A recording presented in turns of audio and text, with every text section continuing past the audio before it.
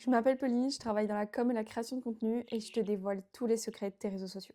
Malgré ce que l'on peut penser, les heures de poste sont quasi obsolètes. On va te donner sur tes réseaux sociaux le moment où ta cible est le plus présent, mais en réalité, cette donnée, elle est en corrélation avec les heures régulières où toi tu postes. Donc en somme, c'est pas vraiment le reflet de la réalité. Un bon contenu, qui soit posté à midi ou à minuit, reste un bon contenu.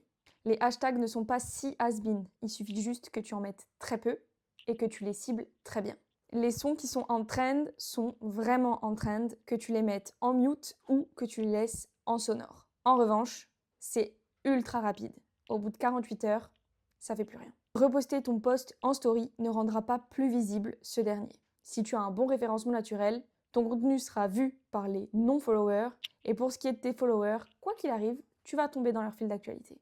La fonctionnalité des réels d'essai, c'est révolutionnaire. Ça augmente ton référencement naturel, ça te permet de tester des vidéos que tu n'oses pas mettre sur ton propre compte et ça te permet d'utiliser des contenus que tu as déjà postés. Tu les utilises à leur maximum. En gros, ta vidéo, elle est rentabilisée au max par tes followers et tes non-followers.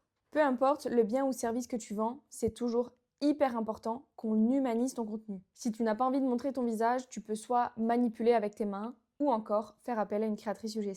C'est hyper important de prêter un visage à une marque. Et dernière petite chose, pour tous ceux qui pensent que les sous-titres des vidéos génèrent du référencement naturel, pas du tout. Ça fonctionne tout simplement parce que pas tout le monde n'écoute les vidéos avec le son. Vous m'écoutez avec ou sans le son par exemple?